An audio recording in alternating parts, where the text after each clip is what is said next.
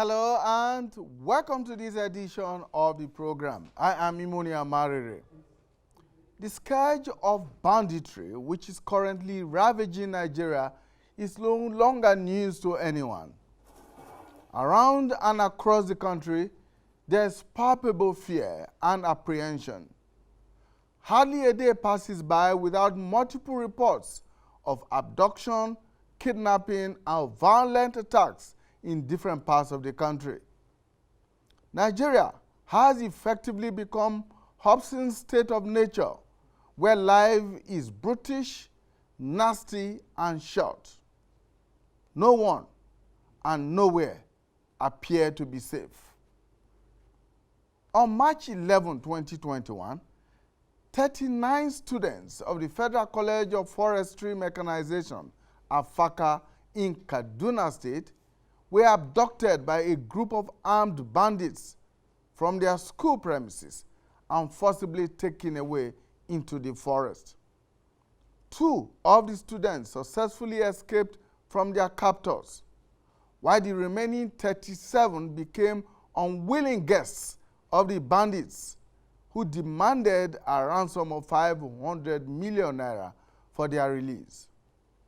Along the line, 10 of the students regained their freedom in 2 batches of 5 each, allegedly after their traumatized parents raised and paid unspecified amounts as ransom.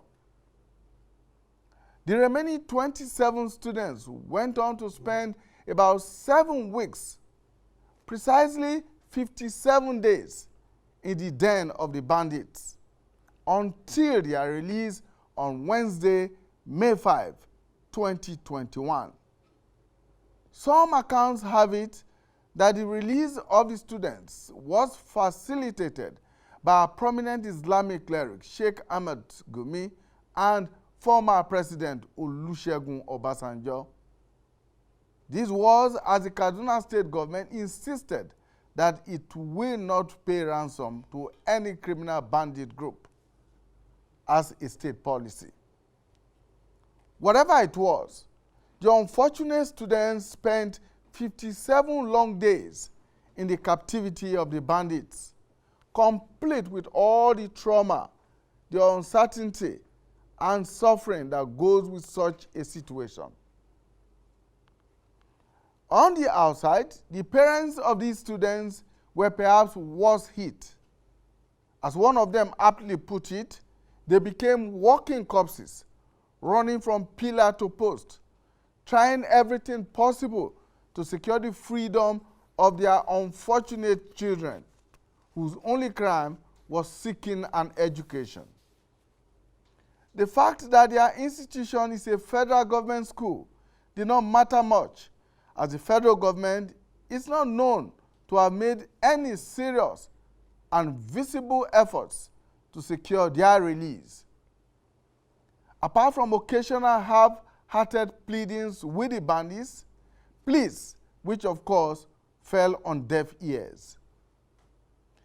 The happy ending, however, is that all 37 students were last week reunited with their parents and guardians, although some of them are still receiving medical treatment in various hospitals in Kaduna.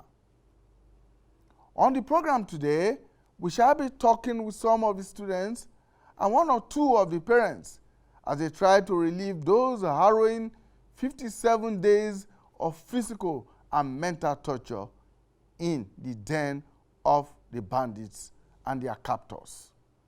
We will get to meet them right after now. All right, thank you so much for staying with us. People, Politics and Power today, we will be getting to meet some of the student abductees of the School of Mechanization in Afaka, Kaduna State. And, of course, we also will be meeting one of the parents of those students. And we will also be joined by a security specialist who expected will be joining us from Lagos. Well, let's get to meet Friday Sani. Friday Sani was one of the students, one of the 27 students who spent 57 long days in the den of the bandits and his captors. Thank you so much, Friday Sani, for joining us. Good afternoon, and thank you for having me here. Welcome. Also joining us is a parent of one of the students. Of course, he's also joining us with his daughter, who was one of those 27 students. Mr. Sam Kambai. He is a parent of one of the students. As it turned out, like we said earlier on, since the return of the students from their abductors, some of them have spent quite a number of days in hospital trying to regain their health. Mr. Sam Kambai, thank you so much for joining us.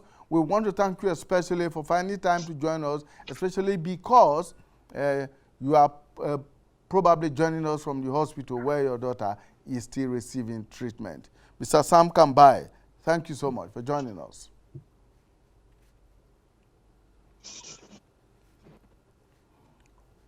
Can Mr. Kambai hear us? Mr. Kambai, you need to unmute your microphone so that you can speak to us directly.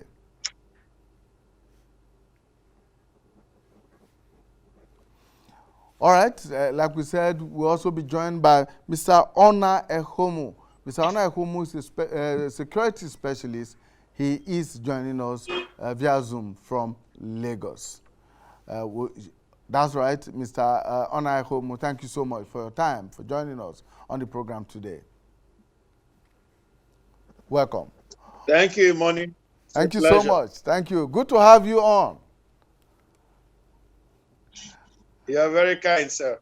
Thank you. All right, so let's cross over to Kaduna first and foremost. Mr. Friday Sani. First, we will be talking to you, Friday Sani, very shortly. But let's get to hear some of the voices from the parents, how they felt while they were waiting for the release of their children. You will recall that some of them actually came into Abuja, the Nigerian capital, and marched to the National Assembly demanding government action. Fortunately, a day later, less than 24 hours later, or about 24 hours later, the students were eventually released by the bandits. And let's get some of the reactions that we were able to monitor and record during that period.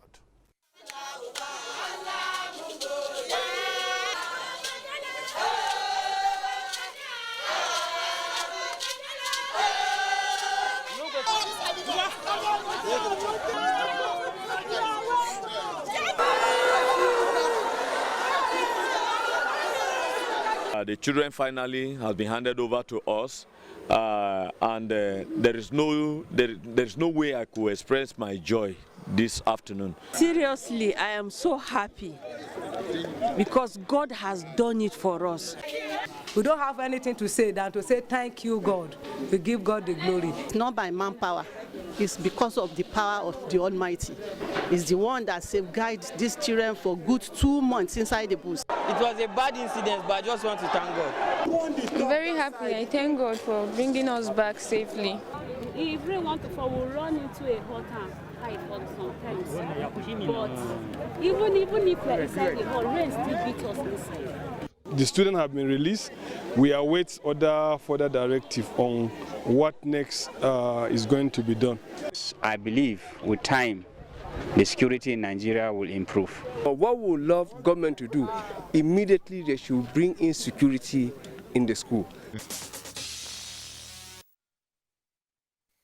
All right, you could see the faces of some of those parents, how happy they were after their children spent 57 long days in captivity. And of course, the joy of reuniting with them was unimaginable. So let's cross over now to Kaduna, where we have joining us Friday Sani and of course Sam Kambai, and they are with their children, with their wards, the students who actually went through this ordeal. Let's begin with Friday Sani. Thank you so much for joining us, Mr. Sani. Thank you. Good afternoon. Good afternoon. So tell us, what was it like, those 57 long days? From the very first day you got the news of the abduction, what was it like for you? In fact, it's like the whole world came dark. The very day I had the news, it was around 5:36 a.m. in the morning that I put on my phone. Putting on my phone, I started seeing messages coming in on my WhatsApp platform, where the first message came from one of our female staff, and she said she heard that the bandits enter into the college and adopt students. Immediately, I became worried. The next thing I did was to quickly put on my clothes, even without bathing, and start running down to the school. My wife was like, "Where are you going to?"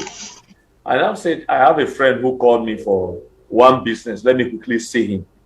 Before I could get to the college, she now called me on my phone and said she had bandit has entered the college and student adopted, and she tried reaching the daughters. Their line couldn't go through. So I now say she should just calm down, knowing what it will look like if I should allow her to keep reacting. At that time, I get to the college, military everywhere. I ran to the female hostels, everywhere, scanty. I tried reaching my daughters, their line could not go. Immediately, I start crying because I don't know where to go from here. Two daughters, at a time, it looked very, very devastating. I was actually worried. I reached to one of their friends. Her phone was ringing, but she couldn't pick. But later she called back just to tell me that my two daughters have been moved to the bush by the bandits.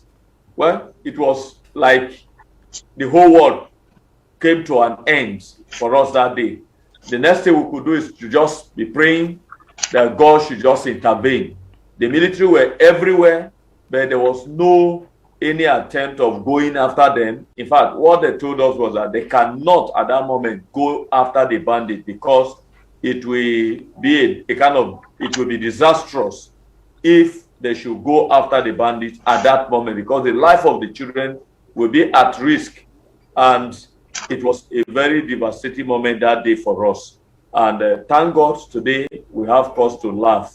But I must tell you, the 57 days in the den of the bandit was like a hell to them, the students, and also we, the parents, also were not finding it easy. I must confess that there is no day passed by that I will not go out from one meeting to another looking for how we can get solutions, how we can get these children rescued. It is not easy for us at all. In fact, a lot of us, you remember one of the parents died in the course of this because immediately he heard about the adoption of his daughter. He developed heart attack, and that is the end of it.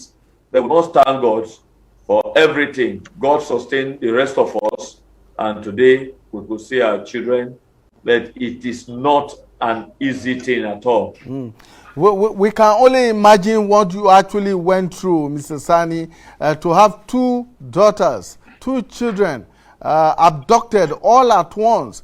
Well, what was the reaction and the response of the school authorities and then, of course, the state government? Was there some attempt at keeping the parents reassured, and what exactly were they doing to ensure that these children return home safely? Actually, like we all know, And as we heard from the state government, from the beginning, the position of the government remains the same. The government says there is no space or chance for any negotiation with the bandits.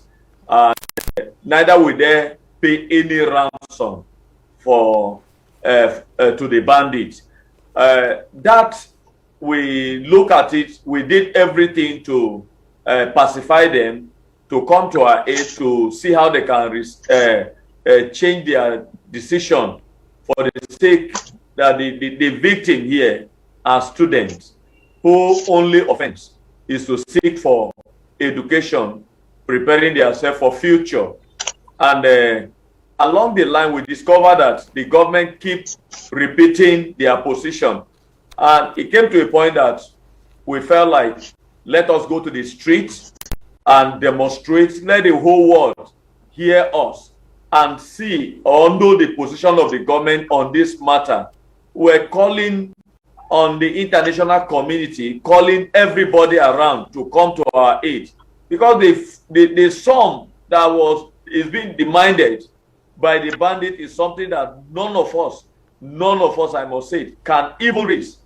There is no way the parents can put together and get that money. So we did everything. It couldn't work. All that the government were telling us through the Commissioner for Internal Security, Mr. Samuel Arua, was that the security agents are on top of the matter. But the feeling we're getting and the information we are getting from our own end was that no security agent at that particular time is in the bush in search of this the student then. So that now made us to take another decision of taking our protest to the government house. But while we were planning for that, having booked an appointment, we seek for the audience of the state government to see them and see how we can pacify them on this matter. They turned our request down.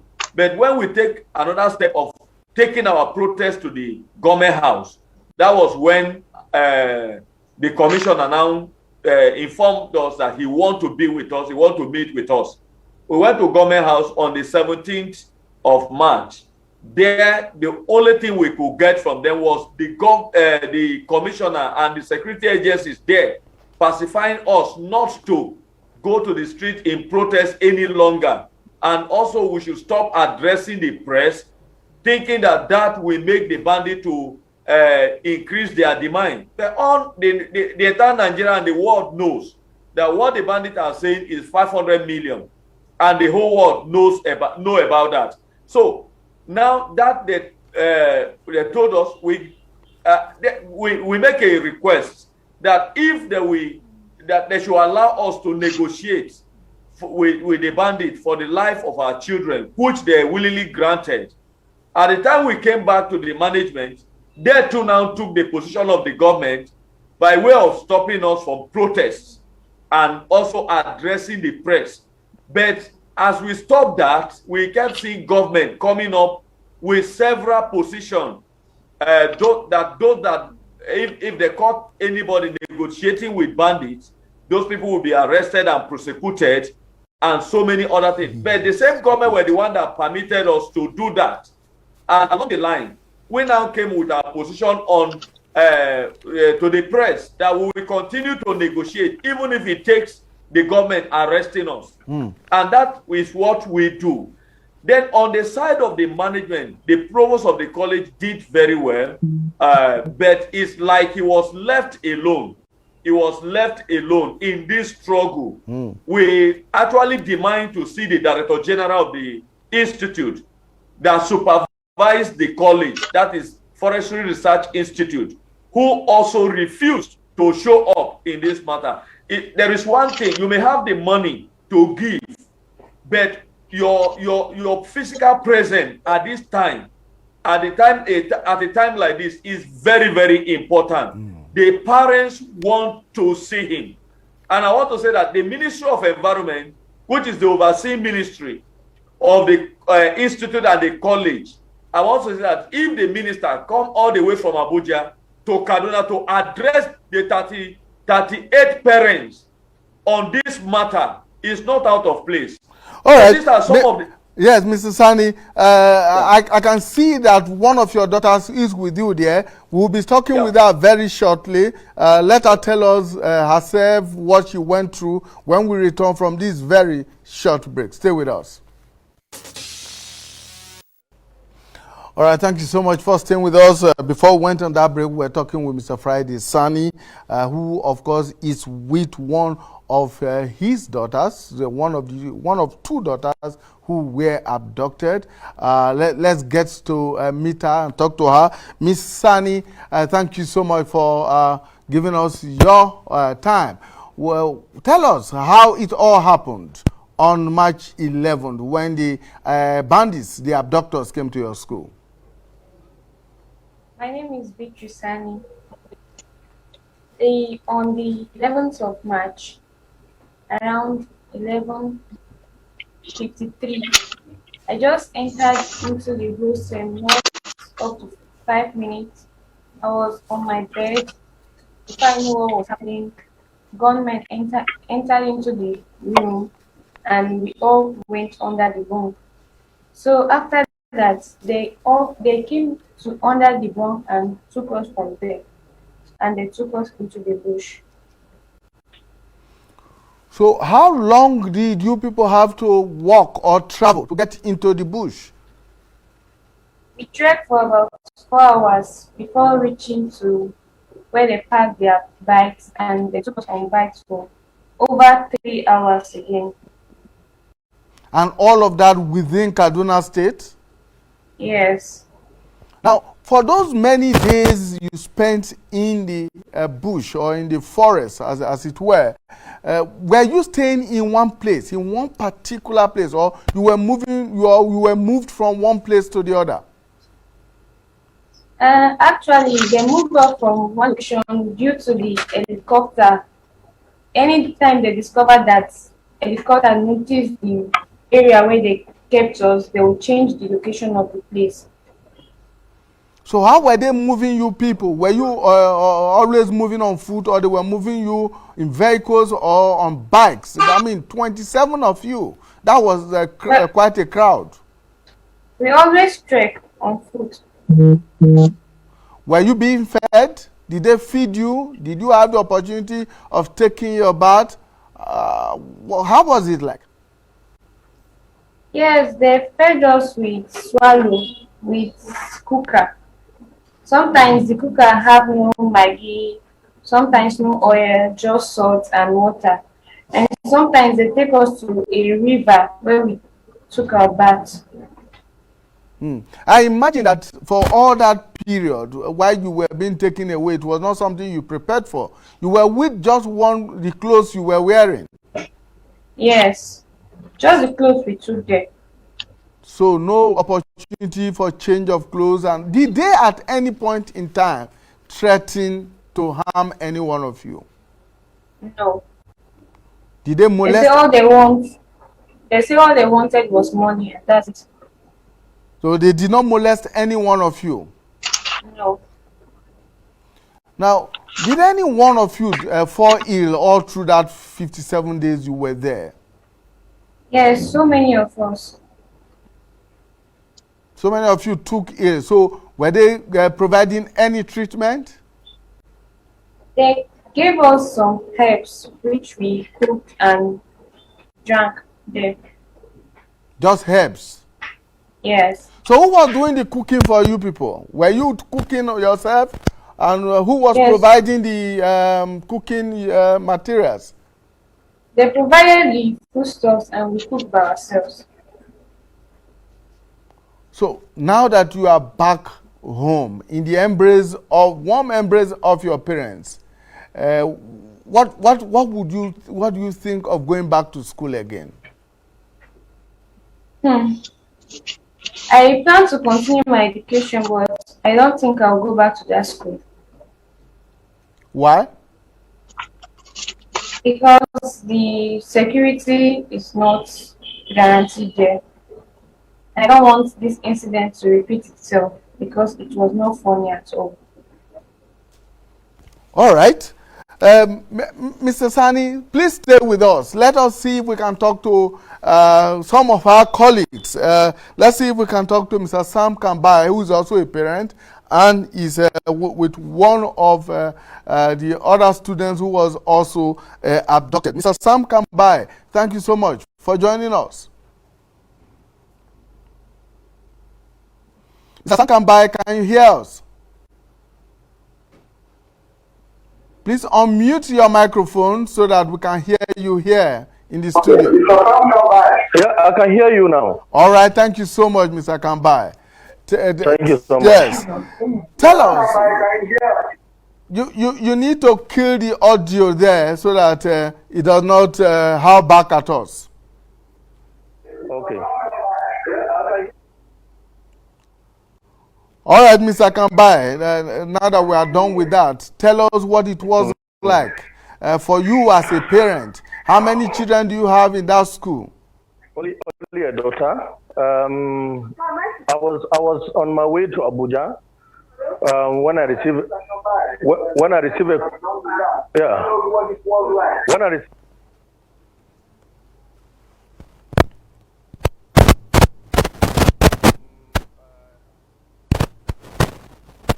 the house, and I picked to meet the management of the school.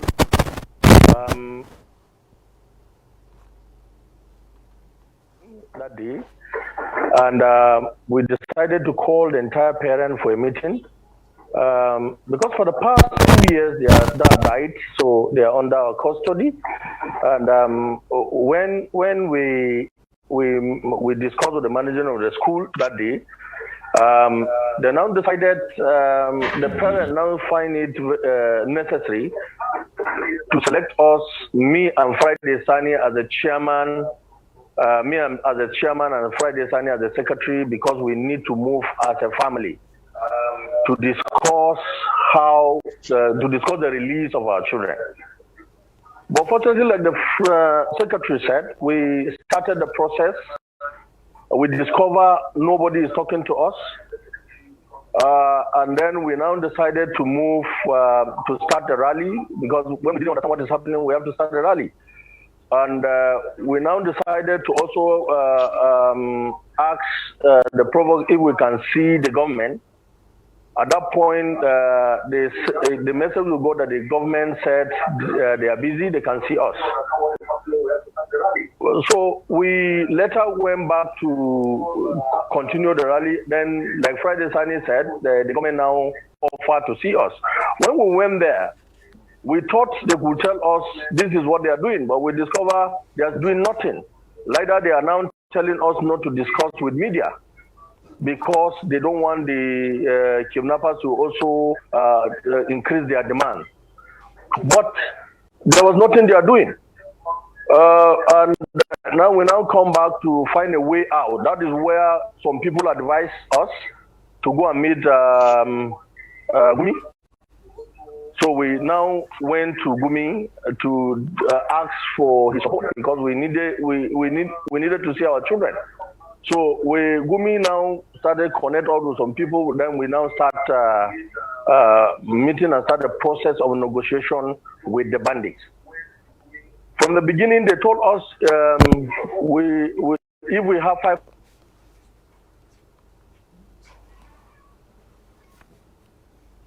Well, Mr. Kambai is still with us? And get money to come and pack our children. We also tried to see if we can talk to the Minister of Environment. He was in Kaduna. Mr. Kambai, are you with us? Yeah, I'm with you. So we tried to see the Minister of Environment. And the minister was in Kaduna when we heard. We tried to see him. He said he's going for a meeting in Abuja. We couldn't meet with him. And then at the end of the day, when we continue with the process, what we heard that the minister traveled abroad. Unfortunately, we were shocked. This school is under your ministry. and then they kidnap about 39 students. And then what you could do, you leave the country on the children there. So we become so worried. And that is why we decided to take our rally to Abuja. And today, the negotiation continue. And up to the time we get our children. And like I said, and when Channel interviewed me, I said, anybody who said money was not paid and there was no negotiation, the person is a liar. And I said, we want to thank Mohamed Gumi, Sheikh Abubakar Gumi. He did, he helped us. And then one Mohamed Ali, a former members of assembly in Kaduna, also really he was up and doing till the last. And then the commissioner of police himself also worked tirelessly to see that we reach this point. But honestly, I'm disappointed with government, because when we start this thing, what we got from them is threat. Especially me and Friday Sunny got that after all this thing will be arrested. We were not afraid of any arrest, and I told them before, we're not afraid of any arrest. We are still waiting for them to come and arrest us. So we are not afraid of it. But we are happy that our children are back. That is what we can say now. We appreciate God. You can see she's here. We went to hospital, and she's okay, but we're still under. She's still under observation. We are still there are some drugs she's taking, and we are still waiting for some results. Thank you, Mr. Kambai. Thank you so much for that. Let's see if we can talk to your daughter, who is sitting right beside you there, to also have a feel of what it was like for her being in that kind of very awkward situation during this whole ordeal. Good afternoon. My name is Jennifer Peter. Jennifer, thank you so much for joining us. Tell us, how did it happen, and how did you cope for those 57 long days? It was on 11th of March. We even went for excursion. So when we got back, all of us were in the hostel. So that night, around 11:53, I wanted taking my bed, because almost all of us are naked because there was heat. So when they came in, they were like, if we are outside, if we were inside, they will ask you to come outside. And if we are outside, they will ask you to sit down. So that was how they gathered us all. Then they take us through the back fence, that is through the JICA. So when we were going, we trekked for like 4 hours before we got to where they dropped their bike. Then they packed us and take us.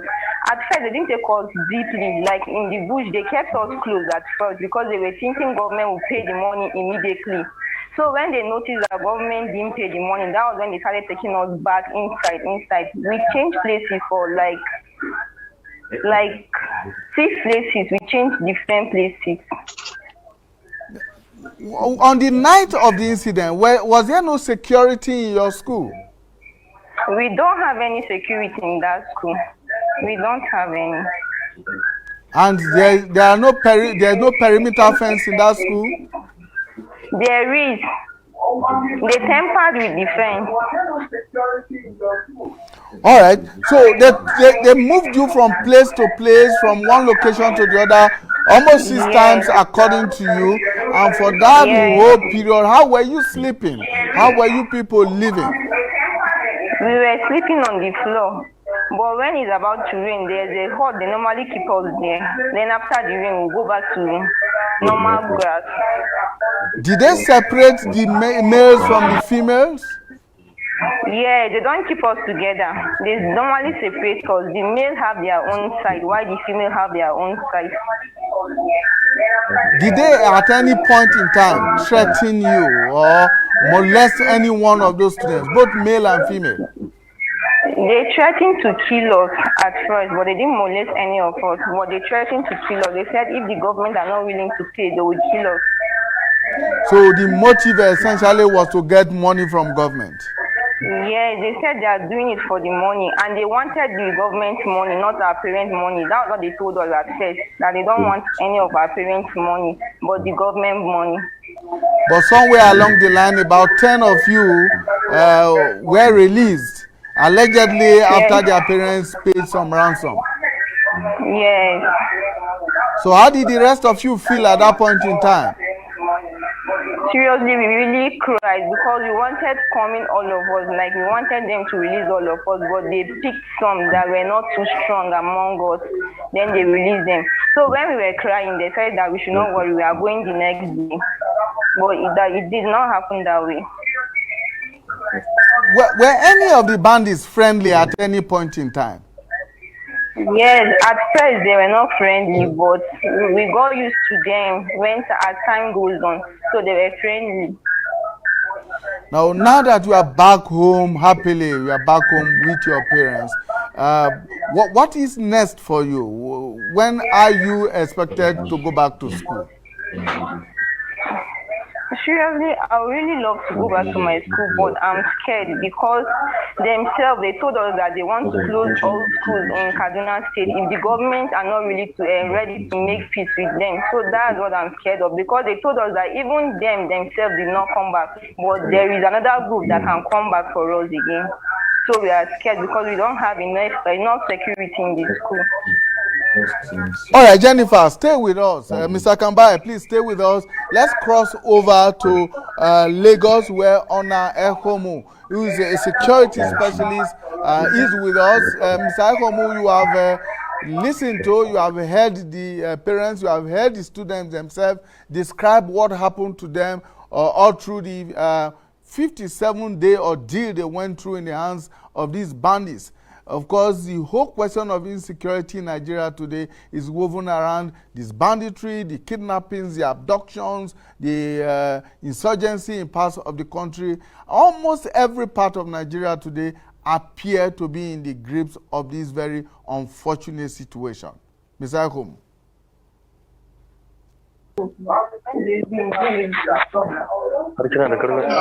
Yes, sir. Thank you. Having it sounds a little noisy, but I hope you can hear me. I can hear you, Mr. I think it's very unfortunate that, thank you, sir. It's very unfortunate that we have so many threats around the country. We have pervasive insecurity around the country and threatening lives of kids. I mean, I just feel so much for those kids. As they were speaking, I could see what they went through. I could relive the horror, the difficulties they went through, even through the words they've just spoken to you, how they slept on bare floor, how they couldn't take a bath throughout the time. There was no change of clothes. There was no proper food because the people didn't have much to give them by way of ingredients to cook. So they just kind of eked out a living from whatever crap they give them to cook with. So I think the kind of human suffering these children went through for 59 days should not be experienced by anybody. And you see the effect of it. One of the most obvious effects, the kids are saying that they don't feel like going back to school. At least not that school, not Federal College of Forestry Mechanization in Afaka, because the school is not secure. I mean, how can you have a situation? Banditry started in Kaduna State in 1985, and that's over 30 years ago. And somehow somebody there, including even Mr. Governor, haven't figured out that we have a problem of a very serious problem of banditry in that state. And you heard even the bandits make testimony. They said, well, first they said they wanted only the government's money. Well, when the government wasn't forthcoming, they now settled for parents' payment of ransom. But they now said, until the government comes and settles with them, that they will keep coming until they close down education in Kaduna State. I mean, it's so telling, it's so chilling. And somehow it doesn't appear as if we understand what we are facing here. Because the real threat here is that they are going to reduce, or they are going to negatively affect education in northern Nigeria. And this is going to throw us back another 50 years. I mean, even if you have a 2 or 3 year gap in education, that throws off the whole schooling calendar for all the students. And, you know, for a very long time, the effect is quite profound. So I don't know why we don't understand that this is an existential threat and then probably do more to prevent it. Because right now, it's not about, I mean, once those kids have been kidnapped, somebody's got to pay. Let me just assure you, somebody will pay. Whether the government is grandstanding that is not going to pay or is going to use force, those are all grandstand. Those are political speak. You know, those are just irresponsible political speak as far as I'm concerned. Once those students have been grabbed, that is it. So what is it that they should have done? We should have had countermeasures in place ahead of any incident to prevent this kind of thing from happening, since we knew that the probability existed that the students will be grabbed based on frequency of occurrence, based on history, based on what had happened there in the past, in that whole Kaduna. Kaduna is the headquarters of kidnapping in Nigeria today, far greater than Zamfara State or Katsina State. So, I mean, the authorities there should be ashamed of themselves. And, you know, they should, in fact, just bow their heads in shame because of what happened to these school kids. And now here we have the situation with Greenfield University. We still have 17 students in custody, and we have 5 killed already. You know, and God knows how many more dead bodies we are going to reap from that. And we have people who claim that they are in charge of governance, and it's a shame.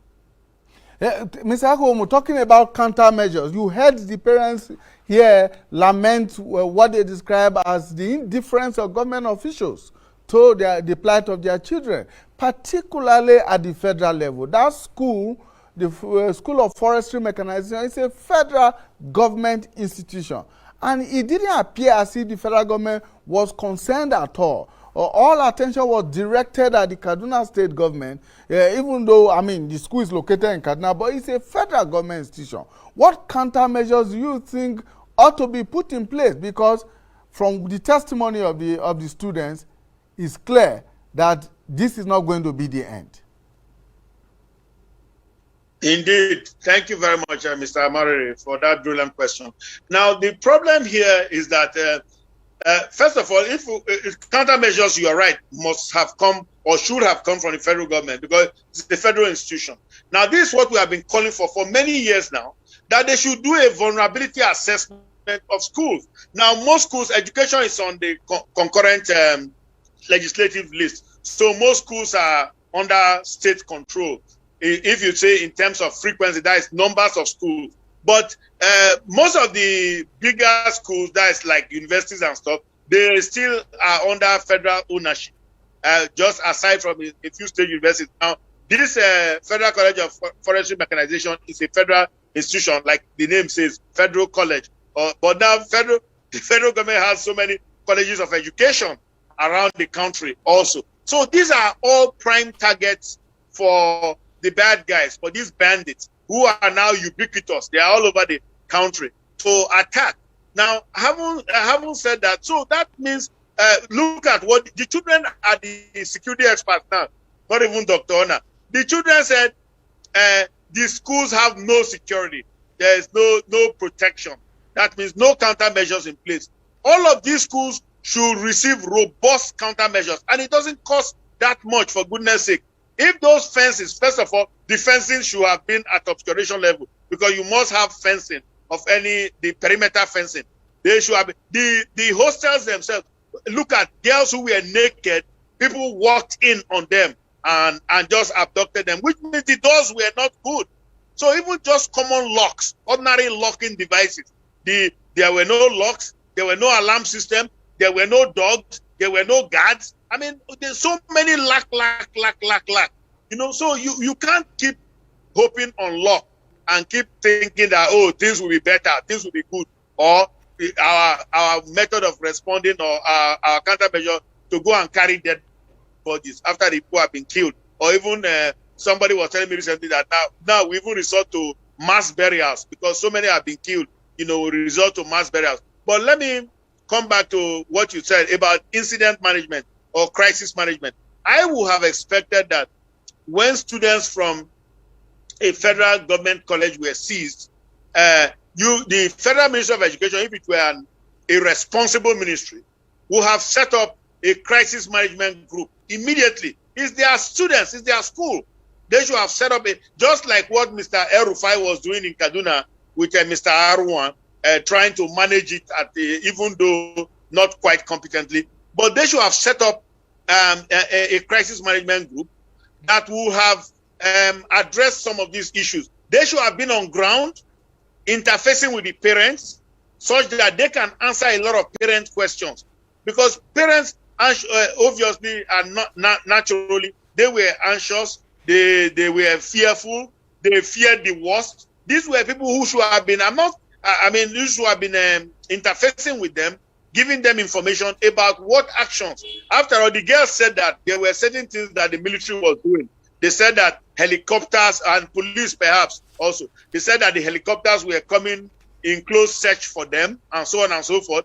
At least that is in the aftermath, searching for the girls, and the boys too, in this case. So there were things that were being done. Now, even if you just told parents this, that we have a hot pursuit in place, that will make people feel a little better that, where something is being done. And there should be EAP, we call it EAP in security, employee assistance program. There should have been victim or parent assistance program, maybe PAP, that will be in place such that you can assist members of family with information, with even drinks and water, even with a place to meet. We are so incompetent. We have to wait for the parents to go and rally or protest at National Assembly on the streets before we do something. It's so incompetent, both at the state level and at the federal level, more so at the federal level. And like one of the parents said just now, he said the minister actually got on a plane and flew overseas, when 39 students from their school were being held by captives. This just shows callousness of the highest order, and that minister should be sacked for being so incompetent. Give Nigeria a bad name all the time. Dr. Honor, thank you so much for staying with us. Let me quickly, in an attempt to round up this discussion, get back to Mr. Sani and Mr. Kambai, who are all still with us from Kaduna. Mr. Sani, what are your final thoughts on this? What are your recommendations to government?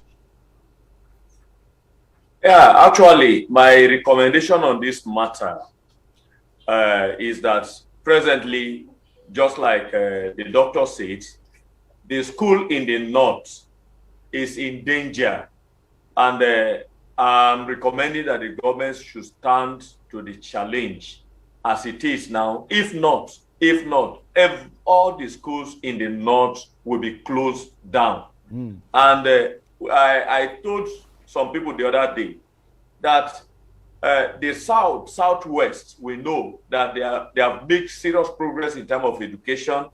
The southeast, they are coming up. You know that the other time during the analysis, I read that the best students in terms of secondary school, the best performing student is from Anambra State.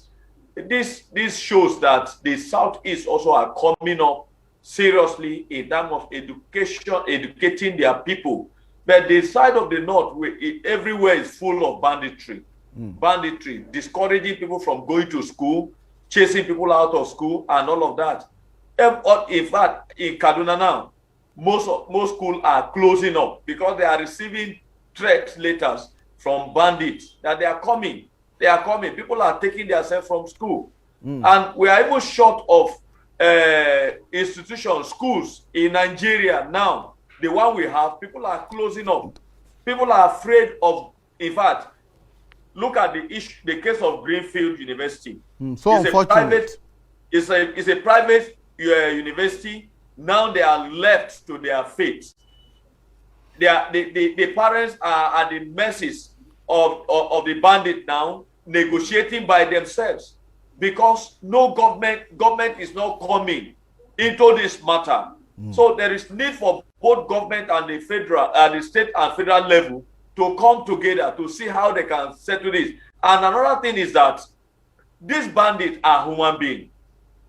Some of us we tend to doubt when people say that they are faceless, because in some cases there are evidences that government knows some of these people.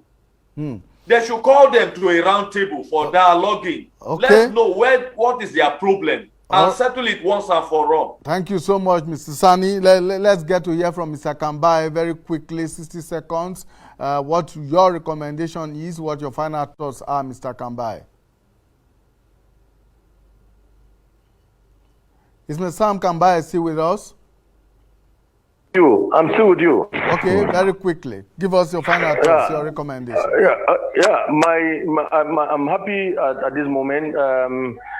Before now, there was no kidnappings in Kaduna until the governor began to make some comments that before you see this kidnapping is becoming so serious.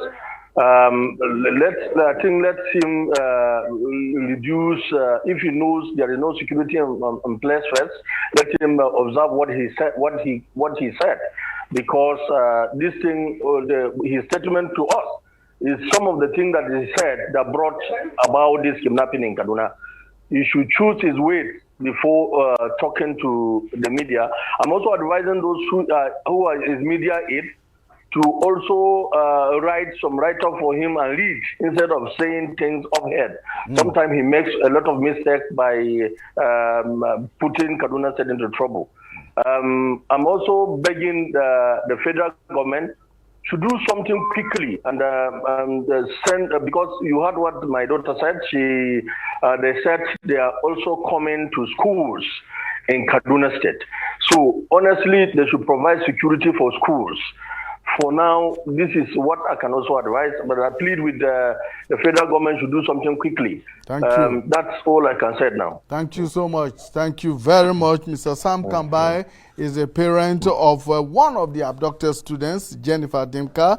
Thank you for your time. Mr. Friday Sani, parent of Victory Sani, who was one of the 27 students who spent 57 long days in the captivity of the bandits. And of course, our security specialist and analyst, Dr. Onai Homu, who is always there for us all the time, joined us from Lagos. Thank you so much for your time. And we wish all the students, all 27 of them, quick recovery. Those of them who are sick, we can see that Jennifer went back to hospital this morning. In fact, we also know that a number of them are still receiving medical attention, as Mr. Friday Sani said earlier on. We wish them quick recovery, and we hope that government is watching and listening and will do what is right and proper to keep our schools open and keep our children safe. That is the most important of it all. My name is Imonia Marire. Thank you for investing your time with us.